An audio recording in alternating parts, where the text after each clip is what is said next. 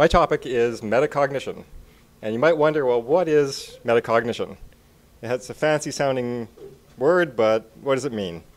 It's got a very simple definition. It's just thinking about thinking, nothing more really. It's a very broad category. Really, this is what we're dealing with here is the problem of other minds. Each one of us knows one mind from the inside. And we use that knowledge of our own mind to extrapolate to trying to know other people's minds. It's a natural process, really. People generally, naturally come to an understanding of other people's minds, and we can see when this doesn't work. Some people are affected by autism.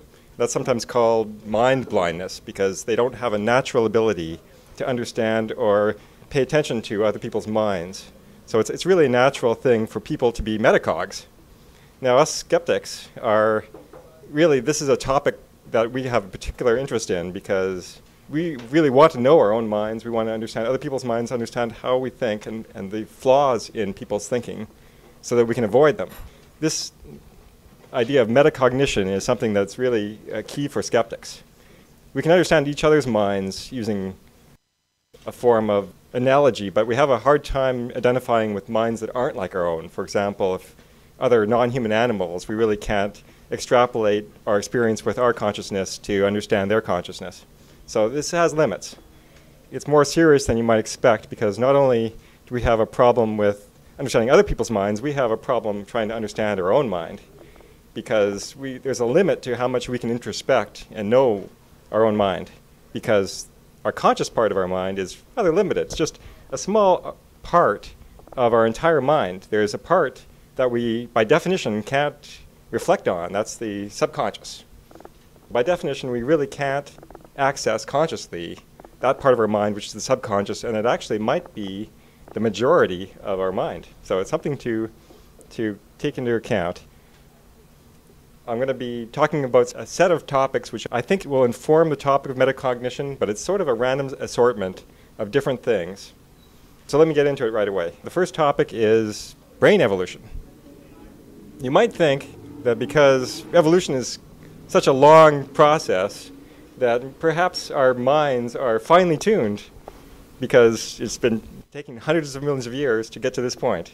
So you might think, oh, we must be excellent at reasoning because of this long process.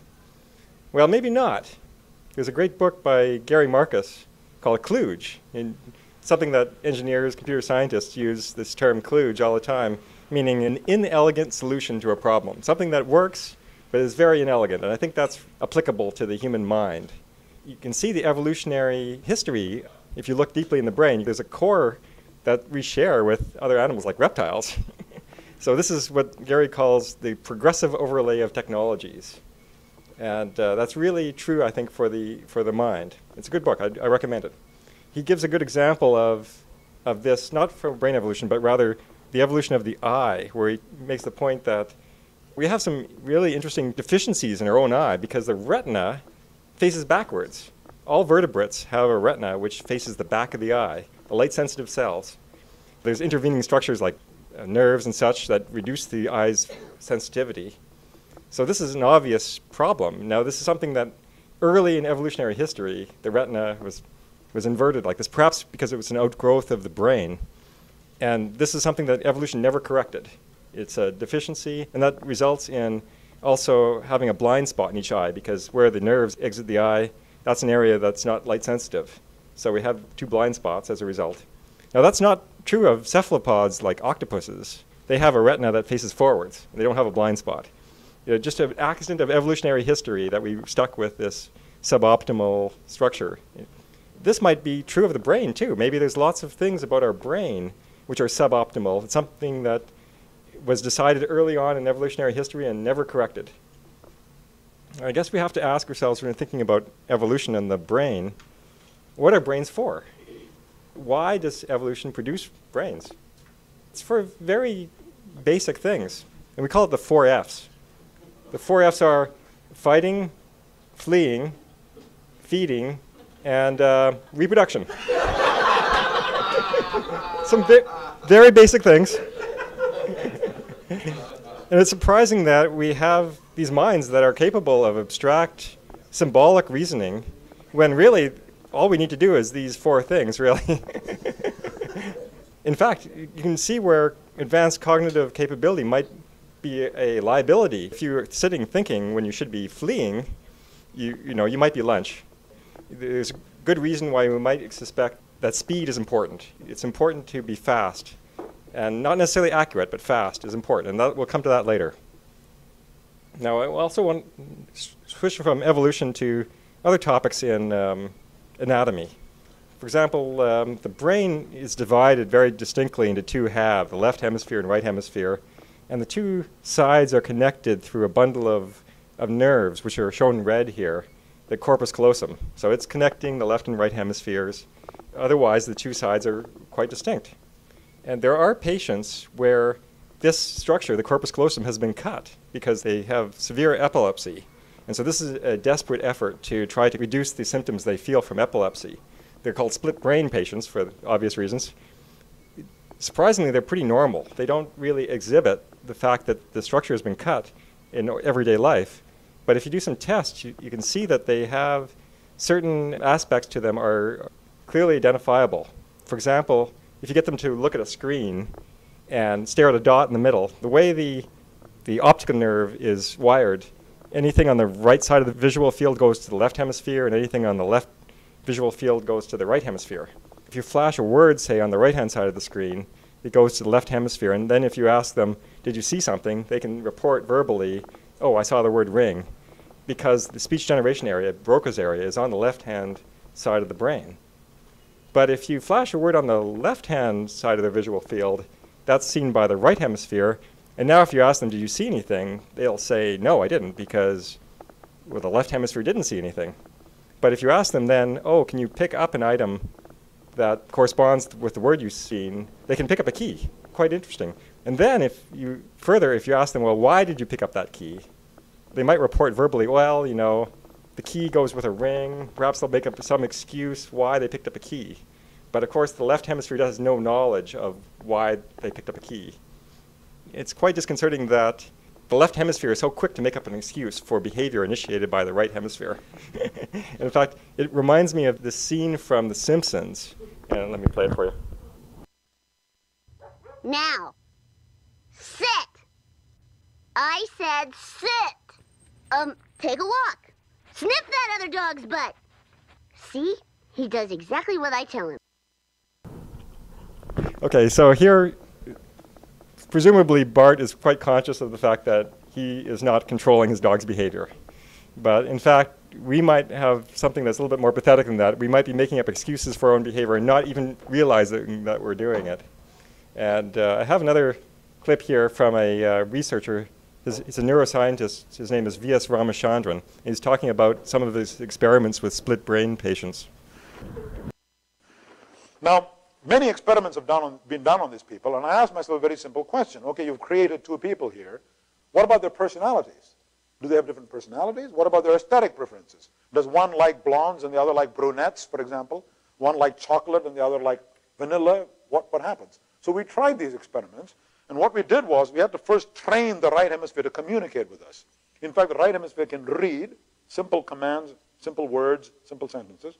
And then you ask a question and say, point to a box, yes, no, I don't know. Because it can't talk. The right hemisphere cannot talk. But it can comprehend simple semantics, simple questions. Left hemisphere, of course, can talk. So you can present boxes, yes, no, I don't know. So we asked, for example, are you at Caltech? And the right hemisphere pointed to yes. Are you on the moon? It said no. Are you in California? It said yes. Are you asleep? It said no. Then I said, are you a woman? And the patient was male. And he pointed to yes. And then started chuckling and laughing. So at least the right hemisphere has a sense of humor. Okay. Okay, so now comes the big question. What if you ask, do you believe in God? So I said, do you believe in God? And the right hemisphere went straight to yes. Right? Asked the same question to the left hemisphere, yes, no, I don't know. It went to no. Right? So here's a human being whose right hemisphere is an atheist, and left hemisphere, on the other hand, believes in God. And this finding should have sent a tsunami through the theological community, but barely produced a ripple, because it raises all kinds of profound theological questions. If this person dies, what happens? Does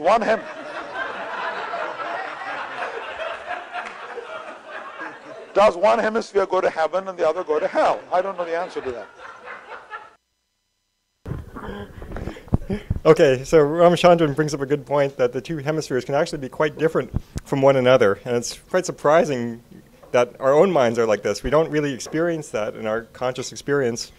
We don't have this disunity. We have basically a unified consciousness, and it's quite surprising that this is the case given the fact that the brain is divided into two very different hemispheres with possibly very different characteristics.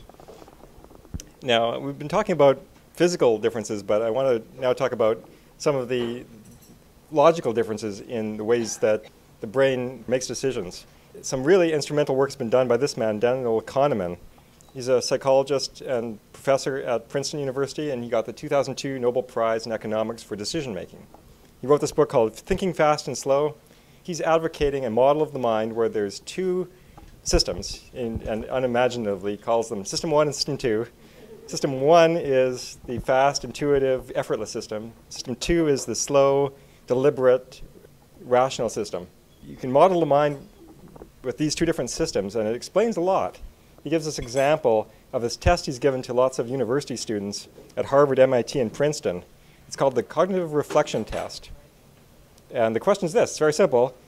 Say you have a bat and ball, and together they cost $1.10. The bat's worth $1 more than the ball. How much does the ball cost? 50% of the students gave the answer 10 cents. And you can see why. That's a very intuitive answer, right? It's a very quick answer. It probably came to you immediately when you thought of that problem. Of course, that's the wrong answer. So basically, the students that answered this incorrectly were just engaging their System 1. The intuitive answer that they got off the top of their head, wrote that down and said, that's correct. But if they had spent a moment and thought about it, they would have engaged their System 2 and realized, that can't be right. If the ball's 10 cents, then the bat is $1 more, that's $1.10, then the sum is $1.20, that's not right. They just didn't engage System 2, so they got the wrong answer as a result. So that's interesting that 50% of college students who are used to answering questions like this got it wrong. Here's another question from the CRT. If it takes 5 machines 5 minutes to make 5 widgets, how long would it take 100 machines to make 100 widgets? Now this is actually even easier. It's a multiple choice question with 2 answers. And even so, most students got it wrong. Most of them answered 100 minutes. And if they bothered to engage System 2, they would have realized that can't be right. And they would have answered 5 minutes. So that's surprising that people that are kind of lazy, they don't bother thinking about things too much. But here's something that's really amazing. If you take that same question and you make it less legible, if you reduce the font size, if you reduce the contrast, it's harder to read, more people get the right answer. Considerably more. Most people get the right answer.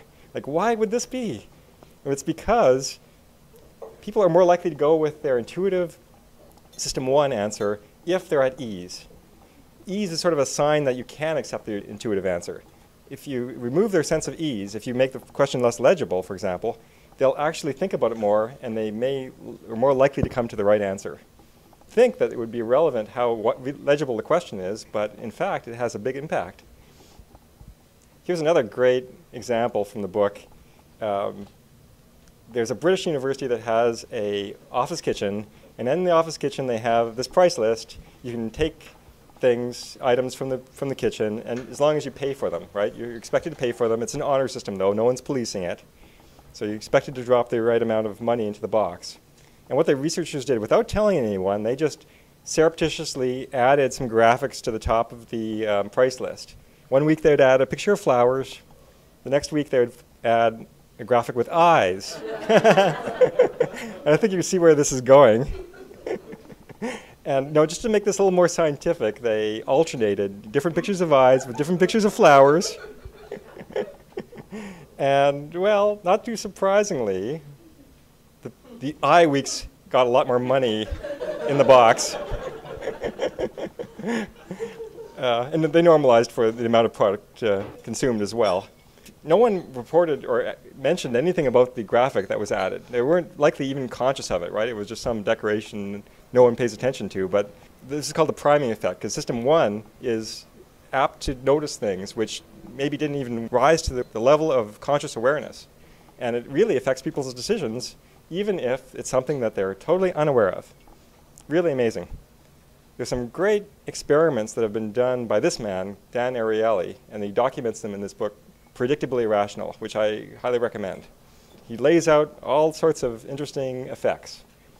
And one of the experiments he describes is asking his students which magazine subscription they would prefer. He gave 3 options. He said, oh, you can have the magazine online only, on the internet, for $59. Or you could have a print version of the magazine for $125. Or you could have both, print and internet, for $125 as well. And so his 100 students basically preferred the option 3, the print and internet version of the magazine. None of them took the print-only version because, well, why would you? It's the same price and you get less. So not surprising there. But here's the thing. What if he eliminated that option that no one chose? He took away the print-only option. No one chose it. It shouldn't have any effect, right?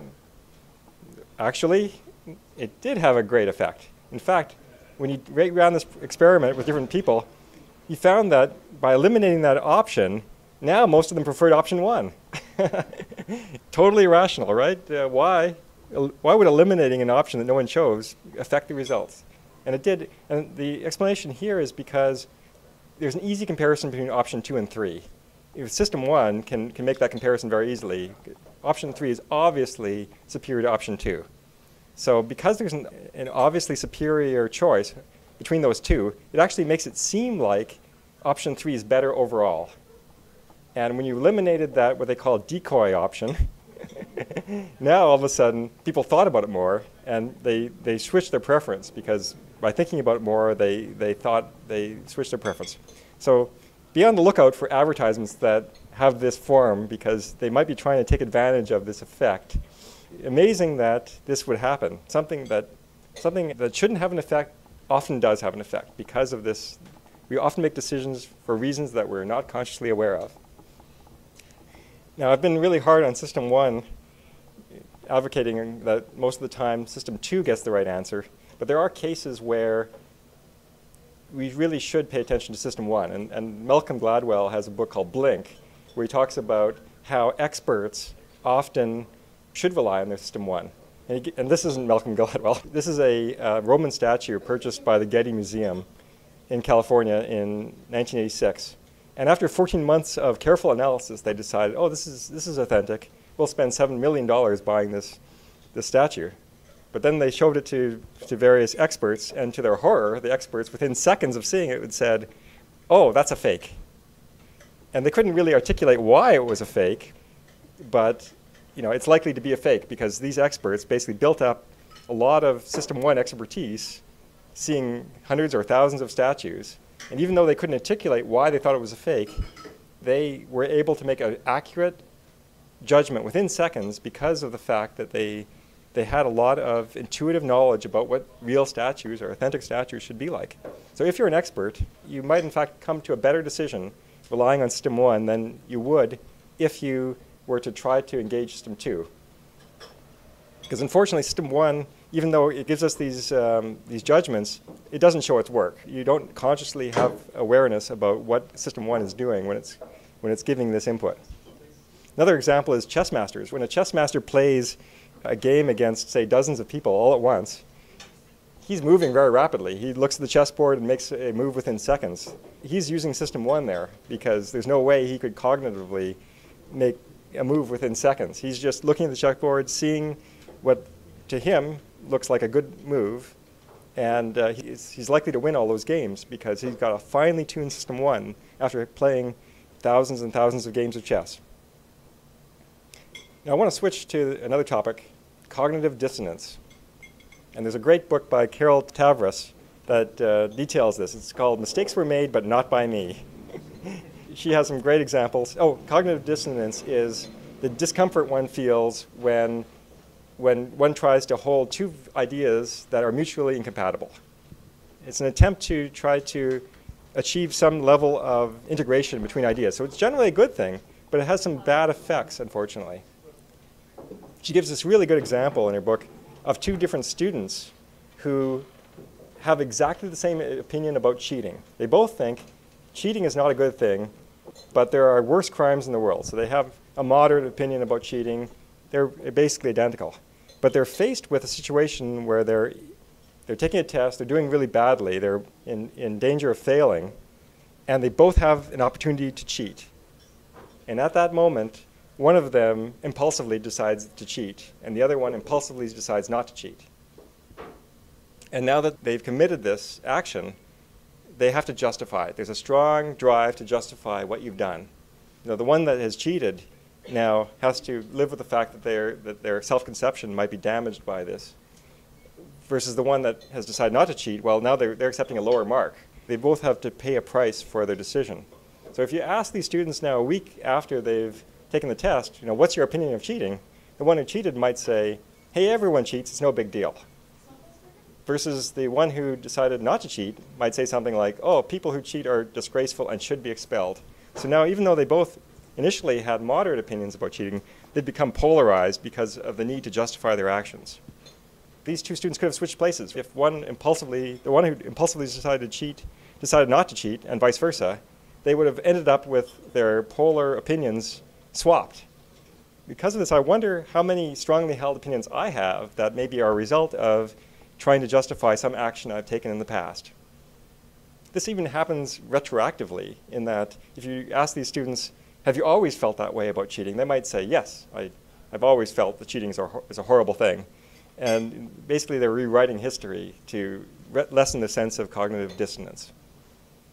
Here's another great example. This actually is from work in the 50s. If you have a group that has an initiation ceremony, and there's some people that experience a severe initiation and others that have a mild initiation to enter the group, the ones that have a severe initiation, if you ask them, they report that they're more satisfied with the group. They like the group more. And it's because of a need to justify. They've had to suffer the severe initiation. Now they report that they're more satisfied because they're trying to rationalize their decision. You know, we don't have any initiation ceremony for the Ottawa Skeptics, but maybe we should start.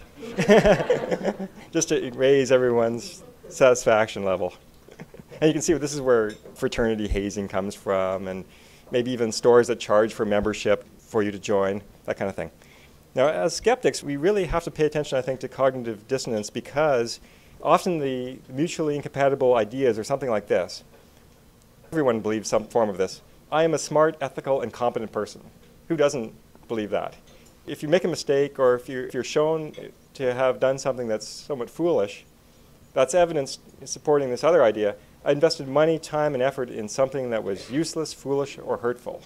And so these are the two ideas that are often in conflict. And so as skeptics, we often are presenting evidence to people that might support the second hypothesis.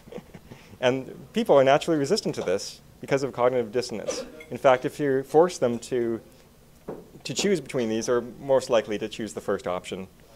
And who wouldn't, really? It's natural. So we basically, as skeptics, we have to avoid the case where we're forcing people into this state of cognitive dissonance.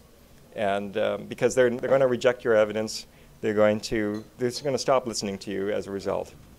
Of course, we also have to be on guard for doing this ourselves. We have to not reject evidence that says we're wrong because we're trying to defend ourselves. The position, I think, that is sensible to avoid this is to say something like this.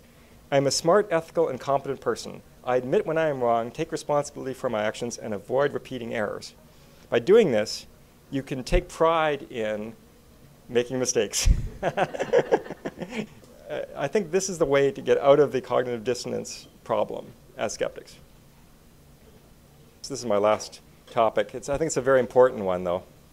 Emotion and rationality. Because a lot of people have this concept that somehow emotion is irrational. I think I want to clarify that. First, I want to give a definition for rationality, though. There's two types. The first type is epistemic rationality. And that's a method of obtaining an accurate view of reality. So this, as skeptics, this is something that we often are advocating. We want people to have an accurate view of reality. But there's another type of rationality, instrumental rationality. And this is the method of achieving your goals, whatever they are.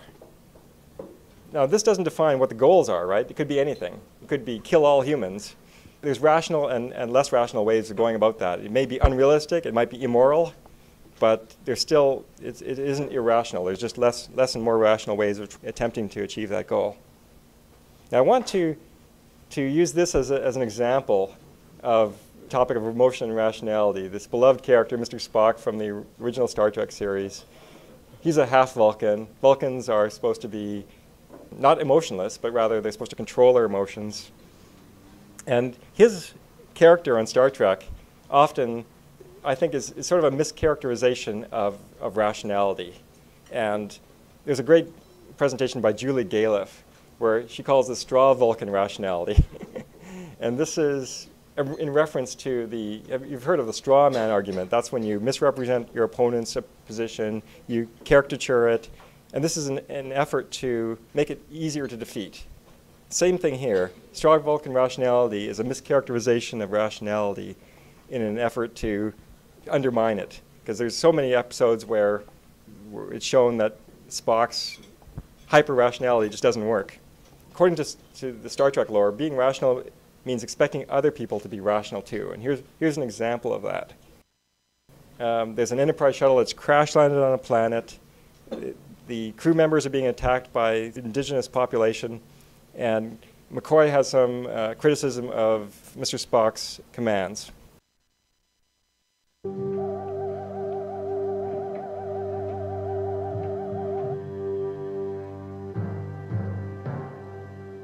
Mr. Spock, they didn't stay frightened very long, did they?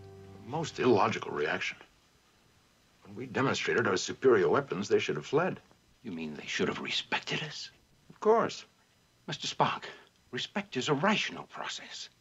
Did it ever occur to you they might react emotionally? With anger? Doctor, I'm not responsible for their unpredictability. They were perfectly predictable. To anyone with feeling. You might as well admit it, Mr. Spock. Your precious logic brought them down on us. So that's a good example of apparently being rational means you're going to make bad decisions. But really, this is an example of Spock not being epistemically rational. Despite the evidence to the contrary, he's made the assumption that the inhabitants of this planet are rational, and that's a bad idea. So really, this is not a misrepresentation of rationality. He's not being epistemically rational.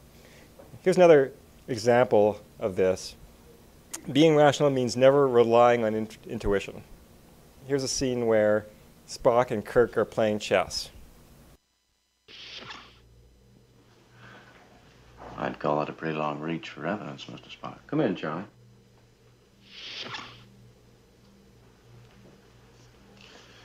And again. Check. Checkmate.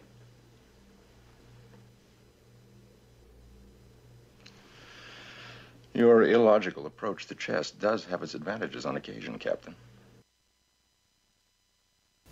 Instrumental rationality is trying to achieve your goals, and presumably they both have the goal of winning the chess game. So clearly, Kirk here is being more instrumentally rational than Spock. If you do win the chess game, whatever method you used is by definition more rational than the other method. So this is another mischaracterization of rationality. I think you can model the type of emotion, the interrelationship between emotion and rationality portrayed in Star Trek is sort of like this. You have a goal, and instrumental rationality lets you achieve that goal by deciding on appropriate actions. But emotion gets in the way, and therefore you should squelch emotion because it's just interfering with your ability to make good choices. And so that's not necessarily wrong. You can think of examples where people who have strong emotions like anger, or if they're depressed or jealous, that they're going to potentially make choices which are not in their own best interest. But really, this is quite incomplete. This is a very impoverished version of the interplay between emotion and reason. Because if you think about it, how do you decide between two possible outcomes? When you're trying to select what a good action is, how do you judge what is a good outcome and what's a bad outcome? If you just employ rational means, there's no way of deciding between two things. Even if they're incredibly different, there's really no good way of saying, well, from a rational perspective, each one of them is equally good. There's no way of deciding between them. Then that's where emotion comes in. It's the way that we judge what's a good and what's a bad outcome. It gives us a way of generating goals. Before, we just had no way. The goals were just a given. But here, we understand that goals are something that are generated from emotional desires. So far from being something that just interferes with our decision-making, emotions really are key to generating those goals and judging whether the outcomes are good or bad. So we can't hope to eliminate emotion and still come up with good decisions. In particular, people who have certain types of brain injury, who are unable to pay attention to the emotions they feel regarding thoughts they have, are really crippled in this respect. They can't make judgments. They're given two options and they spend forever trying to choose between them because they don't get enough feedback from their emotional system to make the decision between the two. The takeaway message from this is that emotions are important for our judgments, and it would be folly to try to reduce emotions in order to make better judgments. To summarize, why is metacognition something important to us as skeptics particularly? Well, it's the key to so many things. It's the key to how we can understand others. If we can model the way they think, we can understand why they act the way they do. And also, it's something that's important if we want to try to influence people effectively. You don't want to force them into a situation of cognitive dissonance in particular.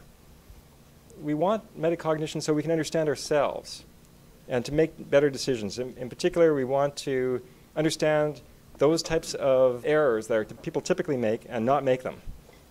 So it's really ultimately to improve ourselves that we want to engage in metacognition and why it's important. So to borrow Darren's catchphrase from the Reality Check podcast, I think to sum up, we want to think better to act better. Thank you very much.